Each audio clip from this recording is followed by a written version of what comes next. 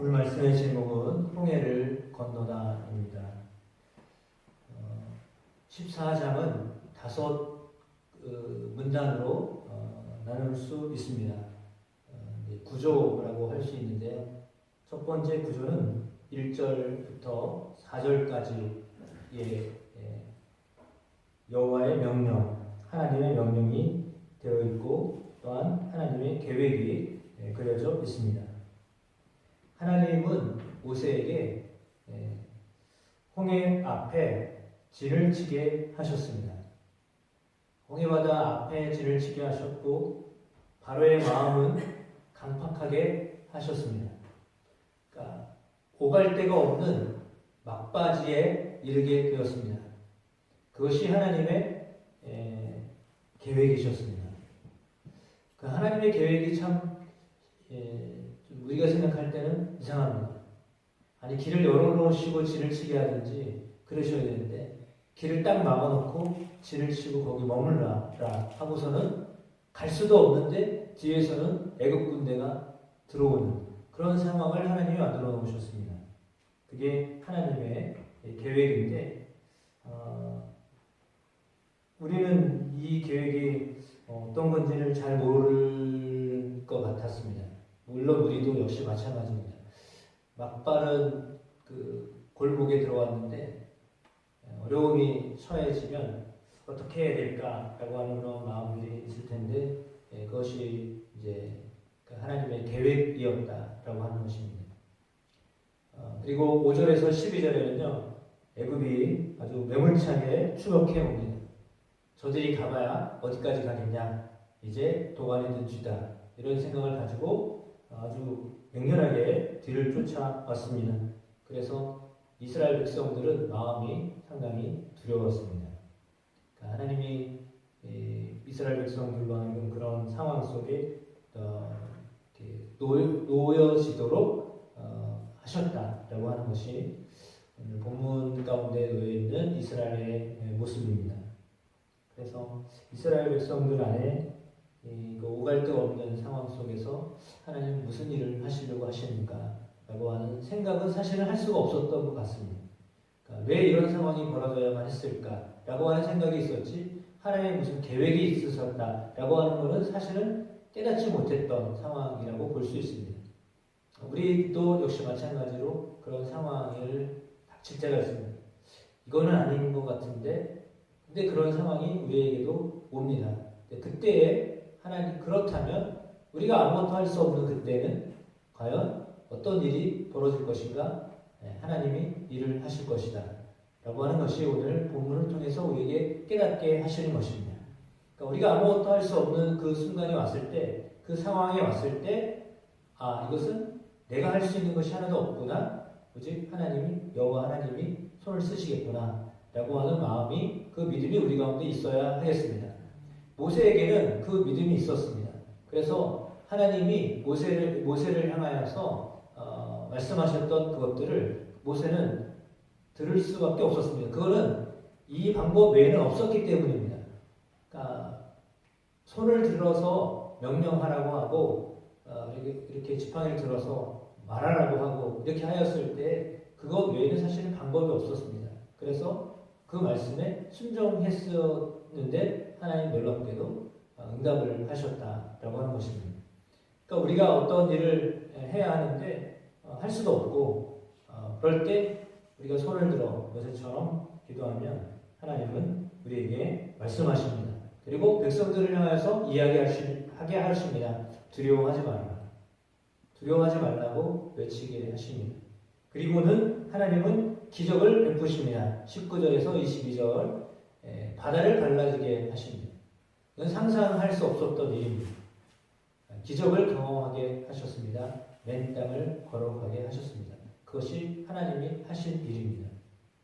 하나님이 이와 같은 일들을 우리에게도 있게 하십니다. 여러분의 삶에도 그렇게 있게 하심을 믿습니다. 방법이 없는 것 같은데 그 속에서도 하나님은 방법을 찾아서 하나님이 하셨다라고 하는 것을 고백하게 하시는 것입니다. 그리고 마지막으로 애굽이 똑같이 저들처럼 맨 땅에 들어갔는데 손을 들어 또 기도하였더니 놀랍게도 바다가 되돌아갔습니다. 회복이 됐습니다. 그래서 애굽 사람들은 그 속에 다 죽게 됐죠. 그런 패배를 그들은 경험하며 더 이상 이스라엘 백성들을 괴롭힐 수가 없었습니다. 그것에 대한 이야기가 23절에서 31절에 나와 있습니다. 그래서 오늘 본문을 통해서 우리가 세 가지를 생각해 볼 수 있습니다. 한번 같이 읽어보겠습니다. 위기 속에도 하나님의 계획은 유효하다. 믿음의 순종이 기적을 부른다. 구원은 하나님의 영광을 위한 것이다. 네, 이 세 가지 핵심적인 메시지가 오늘 본문을 통해 우리에게 들려지고 있습니다. 1절에서 12절에 있는 말씀을 볼 때 위기 속에서도 하나님의 계획은 여전히 유효하다라고 하는 것을 알려줍니다. 이스라엘은 도망쳤습니다. 도망칠 수밖에 없었습니다. 그런데 하나님의 시나리오는 그들로 하여금 하나님을 경험하게 하려고 하는 것이었습니다. 홍해 앞에서 진을 치게 하셨고 백성들은 두려워하고 원망하기 시작했죠. 그때 하나님은 애굽을 통하여서 명령을 받으셨습니다. 그들은 이해할 수 없었습니다. 모세조차도 이해할 수 없는 일들을 하나님이 지금 준비를 하셨기 때문에 어떻게 해야 되나 라고 하는 그런 상황이었습니다. 그때 하나님이 그들로 하여금 본래 애굽을 탈출하게 하시려고 하셨던 그 계획을 그대로 이루어 가셨다라고 하는 것입니다. 그러니까 하나님은 출애굽을 원하셨기 때문에 완전히 애굽으로부터 벗어나게 하시는 것이 하나님의 뜻이었습니다. 그렇다면 그것을 이루도록 앞에 장애가 있지만 그 장애도 하나님이 다 사라지게 하신다라고 하는 것이 오늘 교훈으로 우리에게 주어지는 말씀이다라고 볼 수 있습니다. 따라서 하나님의 계획은요, 우리의 이해를 초월하는 것입니다. 하나님의 계획은 우리의 이해를 초월해서 이루어진다.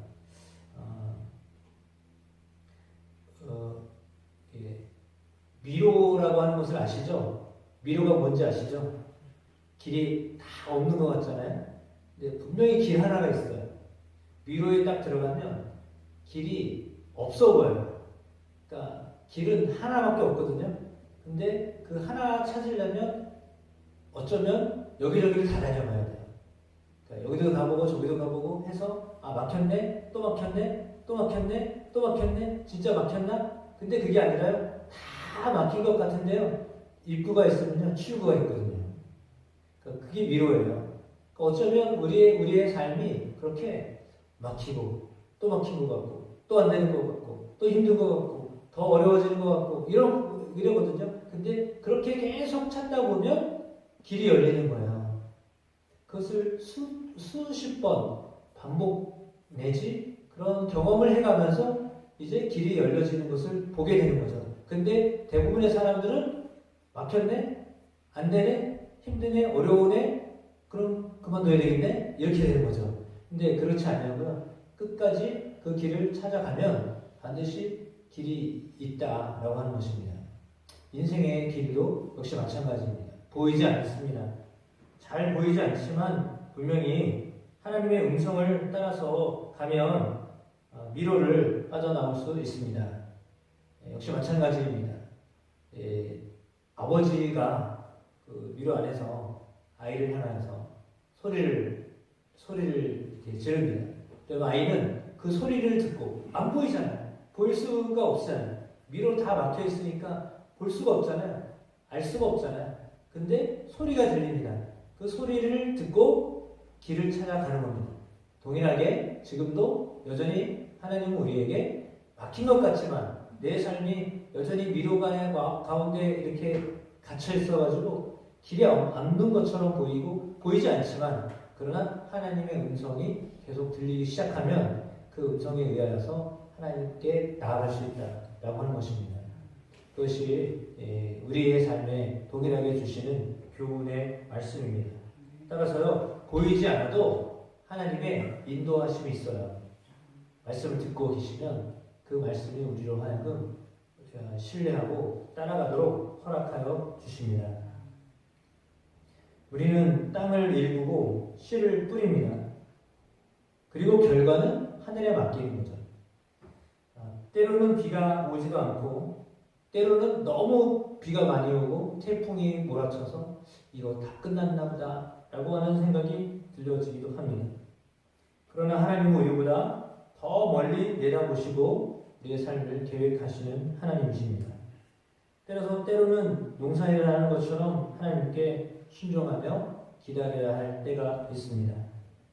갑자기 우리에게 닥친 지금 우리가 당하고 있는 대한민국이 겪고 있는 이 어려움, 그럼에도 불구하고 때로는 여러분 개인의 건강의 문제, 그것이 막힌 것처럼 보여지고 이제는 아닌가 보다 라고 생각할 그때에도 하나님은 분명히 우리를 향한 구원의 계획이 있으시다 라고 하는 것을 믿으시고, 때로는 미로를 찾아갈 때, 그 미로를 찾아갈 때 직선이 아니잖아요. 항상 미로는 곧장 안 보여요. 막 돌고 막 계속 돌려가지고 들어갑니다. 그러니까 우리의 삶이 그냥 직선도로를 가는 것처럼 보이지 않거든요. 고속도로를 타는 것처럼 그렇지 않거든요. 그러나 그 돌아가는 인생 가운데도 마치 광야를 건너 이제 광야에 들어가는 이스라엘 백성들이 블레셋이 있는 그 지역으로 가면 일주일 아니면 들어갈 거리를 40년을 돌아서 가게 하셨어요. 말도 안 되는 이야기예요. 근데 하나님은 그 40년 돌아가는 여정을 통하여서 그들을 단련하고 훈련하셔서 가나안 땅에 들어가기에 적합한 그런 군대가 되게 하셨습니다. 하나님은 우리에게 그러한 삶을 인도하시는 하나님이시거든요. 그래서 그 하나님 앞에서 우리는 어떻게 해야 되느냐? 믿음의 한 발자국, 한 걸음을 내딛으셔야 합니다. 그러니까 모세는 하나님이 말씀하셨을 때 가만히 서서 여호와의 구원을 보라 라고 했거든요. 야, 내가 너에게 바닷물이 갈라지는 것을 보게 할 것이고 그걸 네가 목도하게 할 거야. 그런데 백성들은 다 마른 땅을 걷게 될 거다 라고 말씀하십니다. 때로는 어려운 일이 생기면 이제 끝이구나. 그러나 그 끝이다라고 생각하는 그곳에서 하나님이 일하십니다. 자식의 일도 그렇습니다. 건강의 문제도 그렇습니다. 재정의 문제도 그렇습니다. 하나님은 절대 실수하지 아니하시는 분이십니다. 두려움이 여러분 가운데 생겨난다 하더라도 기도하시기를 축복합니다. 말씀에 머물러 있게 되시기를 축복합니다. 가만히 서서 보라라고 하셨을 때 현실 문제 속에서 신앙의 기다림을 얻게 되는 여러분 되기를 축복합니다. 불확실한 다리 건너기라고 하는 예화를 설명해 드릴 수 있는데요. 절벽에 한 사람이 매달려 있습니다. 간절한 마음으로 구조 요청을 하고 있습니다. 근데 구조 대원이 뭐라고 말하냐면 뛰어내리십시오! 이렇게 얘기했습니다. 아니 지금 무서워가지고 죽을 것 같아가지고 매달려 있는데 뛰어내리십시오! 이렇게 하는 구조대원의 소리가 들렸습니다. 그런데 망설여가지고 이걸 놓으면 내가 떨어져서 죽겠다. 그런 마음이 든 겁니다. 그래서 계속 힘이 빠질 때까지 계속 붙잡고 있는데 구조대원이 밑에서 뛰어내리라니까요. 빨리 뛰어내리세요. 그렇게 외쳤습니다. 밤새 절벽에 붙잡고 있었습니다. 힘이 빠져서 떨어졌거든요. 알고 보니까 2m밖에 안 됐습니다. 얼마나 어처구니 없는 일을 당했어요. 그러니까 뛰어내리라고 사람이 분명히 얘기했거든요. 구조대원이 와가지고 뛰어내십시오. 뛰어내려야 삽니다. 말했는데요. 자기 뛰어내리면 죽을 것 같거든요. 그러니까 그 붙잡고 밤새 힘이 빠질 때까지 자기가 내려와야 되는데 방법이 없잖아요. 그냥 그만 내려오면 되는 건데 사람이 그런 거예요. 때로는 하나님이 우리에게 그냥 붙잡고 있던 손 내려놔. 그럼 너 안전해. 이렇게 할 때가 있습니다. 우리는 생각할 때 이걸 잡아야 안전하다고 생각하잖아요. 근데 그걸 내려놔도 더 안전할 수 있거든요. 그러니까 내가 붙잡고 있는 그 무언가보다도 그냥 그것을 내려놓았을 때 오히려 더 건강할 수 있는 거예요. 그걸 내려놓았을 때 오히려 더 평안할 수 있는 거예요. 그것이 무엇이냐? 사람들에게 다 각각 다 다릅니다. 근데 그걸 내려놓을 수 있는 그런 믿음이 우리 가운데 있어야 된다라고 하는 거죠. 아마도 이스라엘 백성들에게 있어서는 애굽에서 그 노예로 살았지만 끼니 걱정은 하지 않고 살았던 것들 때문에 그들은 그 끼니의 걱정을 아주 붙잡고 있었던 것 같습니다. 그래도 여기는 힘들고 어렵지만 이거는 먹고 살지 않았냐. 그래서 그거는 놓치고 싶지 않았던 거죠.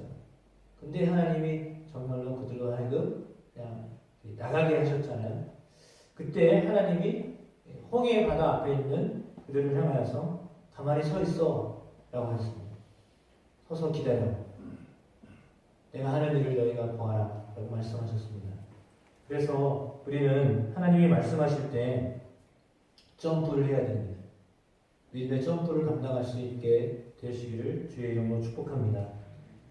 끝으로 세 번째는 하나님의 영광을 위하여 하나님은 구원하신다라고 하는 것입니다. 애국군이 추격해 옵니다. 그래서 이제 어쩌면 우리도 여기서 죽는 거 아닌가? 애굽이 아니라 홍해 바닷속에서 죽게 생겼다라고 하는 그런 마음들이 생겨났습니다. 그런데 놀랍게도 애굽 군대가 바다 가운데로 다 들어왔는데 그때 바닷물이 이렇게 다시 원상 회복이 되면서 이스라엘 백성들은 다 빠져나가고 애굽 군대는 바닷물 안에 홍해 바다 안에 다 매몰되고 말았습니다. 똑같이 들어갔습니다. 이스라엘 백성들은 말씀을 듣고 들어갔습니다. 그리고 그들은 빠져나갔습니다. 근데 애굽 군대는 어떻게 들어갔죠? 저것들도 들어갔는데 우리라고 못 들어가? 하고서 말씀을 들은 게 아니라 저것들이 하는 걸 보고 들어간 거예요. 죄송합니다. 좀 속된 말을 해가지고. 저 사람들이 하는 거 보니까 뭐 우리도 들어가도 되겠네. 문제가 없겠네. 하고서 들어갔어요. 근데 사실은 이스라엘 백성들 안에는 하나님의 말씀을 듣고 모세의 이야기를 듣고 들어간 거잖아요. 근데 그들은 말씀도 없고 하나님의 뭐 어떤 약속도 없고 그저 저들이 들어갔으니 우리도 들어가도 되겠네? 라고 하는 그런 마음 때문에 들어갔는데 그들은 그 안에서 그냥 죽음을 경험할 수밖에 없었습니다. 참 너무 신기한 일입니다. 그래서 홍해 바다는 이스라엘에게는 구원을 주셨지만 애국 군대에는 심판을 주셨습니다.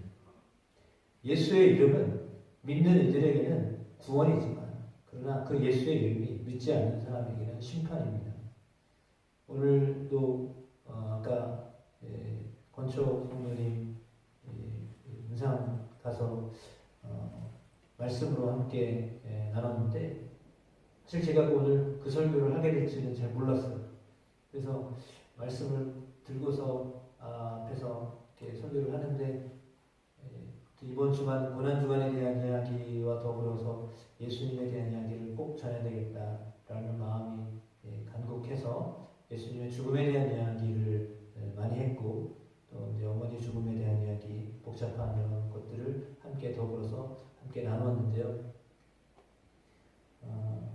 정말 우리 가운데 하나님은 그리스도로 인하여서 우리에게 구원을 주신 분이십니다. 그 예수님의 십자가가 우리에게 이런 영광을 얻게 하시는 놀라운 은혜입니다. 따라서 사실 그 물속에 들어갔다라고 하는 것은 죽는다라고 하는 의미잖아요. 그 바닷물 속에 믿음으로 들어간다라고 하는 것은 사실은 우리의 상식을 죽이고 말씀에 순종하여 나아간다라고 하는 의미입니다. 하나님이 길을 여셨으니까 들어간다는 의미도 있지만 그것보다도 저 길은 사실은 죽음의 길인데 그 죽음의 길을 말씀을 붙잡고 나아갔더니 생명의 길이 된 거죠. 본래는 죽어야 되는 길이었는데 그 길이 생명의 길이 되게 하신 거예요. 그래서 우리의 삶 가운데도 동일하게 하나님은 예수를 믿는 것이 죽음의 길인 것처럼 보이고 십자가의 길인 것처럼 보이지만 그 길은 부활의 길입니다. 영생의 길입니다. 천국으로 가게 하는 놀라운 구원의 길입니다. 그것을 이제 이스라엘 백성들이 홍해바다를 건너가면서 그것들을 경험하게 하셨습니다. 동일하게 여러분 안에도 그런 일들을 경험하게 하십니다. 내가 이렇게 하면 죽을 것 같은데 그게 아니라 그 길이 생명의 길입니다. 그 길 가운데 하나님 우리를 인도하실 때 영광된 것들을 맛보게 하심을 믿습니다. 하나님은 결국 기적을 통해서도 그분의 영광을 나타내십니다. 그리고 우리로 하여금 이렇게 내 인생이 홍해가 있을 때 숱한 홍해들이 여러분 삶에 있었을 것입니다.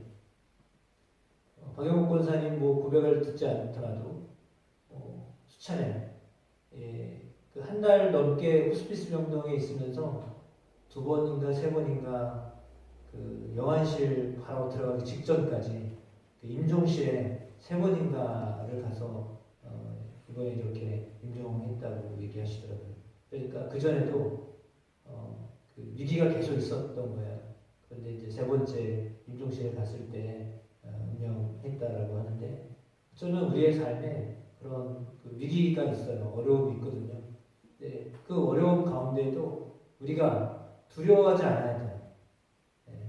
염려하지 말아야 돼요. 믿음으로 나아가셔야 돼요. 그러면 하나님은 우리에게 구원의 길을 여십니다. 천국이라고 하는 구원의 길을 환히 보이게 하십니다. 그 길을 바라보고 나아가실 수 있는 한 발자국 한 발자국 내디딜 수 있는 저와 여러분이 되어주시기를 축복합니다. 우리는 여기까지 온 것도 하나님의 은혜입니다. 지금 내가 갖고 있는 것도 하나님의 은혜입니다. 그래서 그 하나님의 은혜를 생각하며 끝났다라고 생각하는 그 지점에서 하나님이 우리로 하여금 구원을 경험하게 하십니다. 그때도 하나님의 말씀이 들려지게 되시기를 축복합니다. 이스라엘 백성들에게 말씀이 들려져서 승리하게 하셨던 것처럼 동일하게 여러분의 삶에도 홍해 바다가 우리 앞에 있다 할지라도 그 여러 번의 홍해 바다를 건너게 하시는 하나님, 우리의 가정을, 우리의 자녀들을 하나님이 건너게 하시는 그 하나님을 경험하게 되어 주시게 될 줄로 믿습니다. 가뭄이 있고 그리고 작물이 잘 안 되더라도 하나님께서 그 길을 여십니다. 우리가 살고 있는 이곳이 기적의 무대가 되어주기를 원합니다. 내가 머물고 있는 이곳이 하나님이 경험하는 그런 믿음의 자리가 되어주기를 원합니다. 하나님을 신뢰하면 하나님이 홍해를 여셨듯이 우리의 삶에도 여시는 역사가 있게 하여 주실 줄로 믿습니다. 예수님 십자가를 지시고 끝나는 것 같았습니다. 제자들도 예수님의 죽음이 끝인 줄 알았습니다. 그런데 예수님은 십자가를 통하여서 부활을 보여주셨습니다. 다시 살게 하시는 하나님의 은혜가 있다는 것을 아주 정확하게 보여주셨습니다. 부활의 첫 열매가 되게 하셨습니다.